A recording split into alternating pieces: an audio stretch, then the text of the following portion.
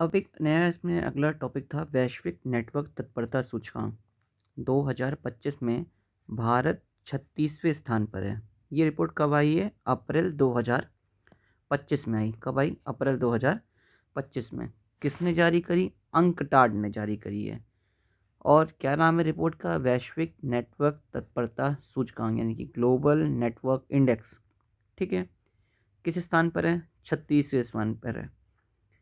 अच्छा, दिमाग में ये रखना है कि अगर ये नेटवर्क को आपको क्षति हो जाती है अक्सर, तो आपका मोबाइल वोबाइल सब चलना बेकार हो जाता है, तो इसको ऐसे याद रख लीजिएगा।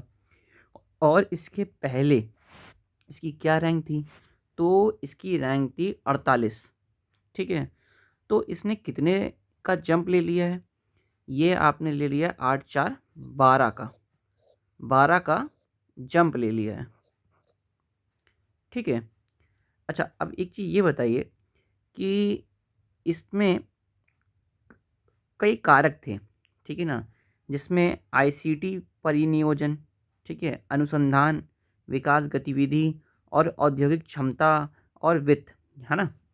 जिसमें आईसीटी परिनियोजन, अनुसंधान को रिसर्च एंड डेवलपमेंट कह सकते हैं, विकास गतिविधि यानी कि कैपेसिटी ऑफ मूवमेंट कह सकते हैं या डेवलपमेंट कह सकते हैं, और औद्योगिक क्षमता या कि इंडस्ट्रियल डेवलपमेंट कह सकते हैं या कैपेसिटी कह सकते हैं, और ये आ गया वित्त आपका यानी कि फिनेंस।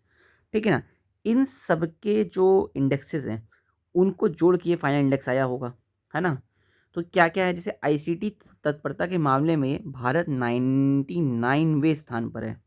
किस स्थान पर है? 99 पर। तो ये आई सी टी ये 3 का है। ठीक है।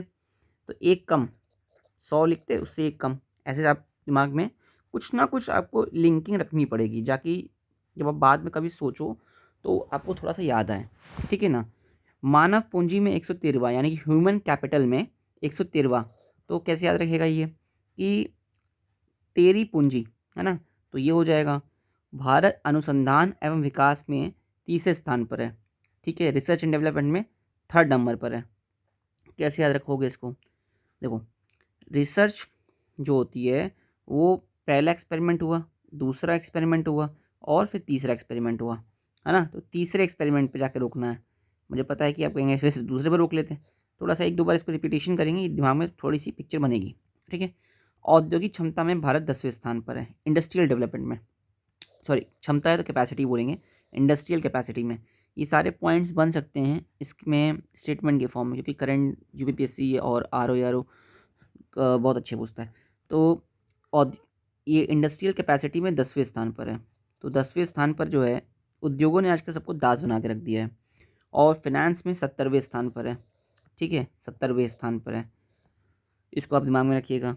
भारत ने लगभग 13 मिलियन डेवलपर्स हैं। कितने? 13 मिलियन डेवलपर्स हैं, जो गिट हब डेवलपर्स के मामले में संयुक्त राज्य अमेरिका के बाद विश्व स्तर पर दूसरे स्थान पर है। ठीक है। और भारत 2023 में 1.4 बिलियन अमेरिकी डॉलर के साथ एआई में निजी निवेश के मामले में विश्व स्तर पर 10वें स्थान पर है, जो चीन और संयुक्त राज्य अमेरिका से पीछे है। ठीक है। चलिए, इतना काफ़ी इसके लिए। तो मेन मेन सारे इंडेक्सेस आपको याद हो गए। आईसीटी 99। ठीक है। रिसर्च एंड डेवलपमेंट कैसे 1 2 3 तीसरे नंबर पे है। और क्या? औद्योगिक कैपेसिटी क्या? 10 10। फाइनेंस में क्या होता है? फाइनेंस हमेशा साथ रखना चाहिए, फाइनेंस मिनिस्टर को हमेशा साथ रखो, 70। ठीक है। और मानव पूंजी ह्यूमन कैपिटल ये हो गया 113। ठीक है। और भारत में लगभग 13 मिलियन डेवलपर्स हैं। कितने? 13 मिलियन। 1 मिलियन में कितने होते हैं? 10 लाख। 13 मिलियन होंगे 1 करोड़ 30 लाख, है ना? और जो गिटहब डेवलपर के मामले में संयुक्त राज्य अमेरिका के बाद विश्व स्तर पर दूसरे स्थान पर है। भारत सेकंड नंबर पे है, ध्यान रखना। और ए एआई निजी निवेश के मामले में विश्व स्तर पर 10वें स्थान पर है। ठीक है। ये भारत 2023 में, है ना? तो मेन इतना ये इंपॉर्टेंट नहीं लग रहा है, लेकिन ये जो मैंने इसके पहले बताया वो सारा डेटा इंपॉर्टेंट है। ठीक है। Thank you.